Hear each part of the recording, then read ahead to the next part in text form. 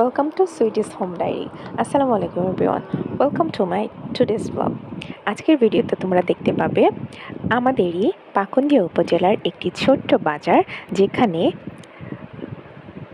সন্ধ্যা থেকে শুরু করে সব ধরনের ভাজা পোড়া আইটেম বিক্রি করা হয়। এই বাজারটি সন্ধেবেলায় যে কোনো ধরনের মানুষ এই জায়গায় এসে তাদের পছন্দ মতো ভাজা পোড়া আইটেমগুলো খেতে পারে। একদম লোয়ার ক্লাস থেকে শুরু করে আপার লেভেলের মানুষজনও এই বাজারটিতে আসে এবং তাদের পছন্দসই যে কোনো ধরনের ভাজা পোড়া আইটেম খায়।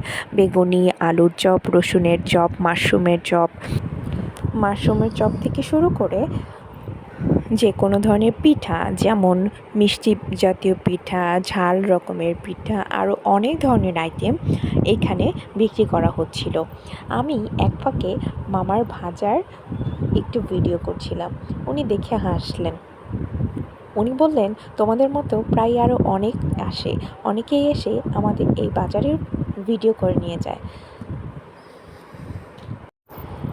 এক কোণায় সমোচা ভাজছিলেন এক মামা, তারপর আরও ছিল বিভিন্ন ধরনের আইটেমের খাবার। এক কোণায় ছিল জুসের আইটেম। সেই দোকানে বিভিন্ন ধরনের ভ্যারিয়েশনস ছিল জুসের। ওইখানে ছিল রুহ আফজার শরবত, তারপর ছিল মিক্স ফলের শরবত, তারপর ছিল তোকমা দানার শরবত, আরও অনেক ধরনের শরবত। আমি খেয়েছিলাম রুহ আফজার সাথে মিক্স ফ্রুট, যেটা মানে অনেক ধরনের ফল মেশানো একটা শরবত করা হয়। সেটা খেতে খুবই টেস্টি ছিল এবং রিফ্রেশিং ছিল। আমার হাজব্যান্ড খেয়েছিল তোকমা দানার শরবতটা এবং আমার বাচ্চা খেয়েছিল রুহ আফজার শরবতটা। এখানে গিয়ে আমাদের খুবই ভালো লেগেছে। তোমরা পাকুন্দিয়াতে আসলে এখানে আসতে পারো। এই জায়গাটার নাম হচ্ছে তারাকান্দি বাজার। এখানে যে কেউ এসে সন্ধ্যার পর এই খাবারগুলো অলওয়েজ তোমরা পাবে।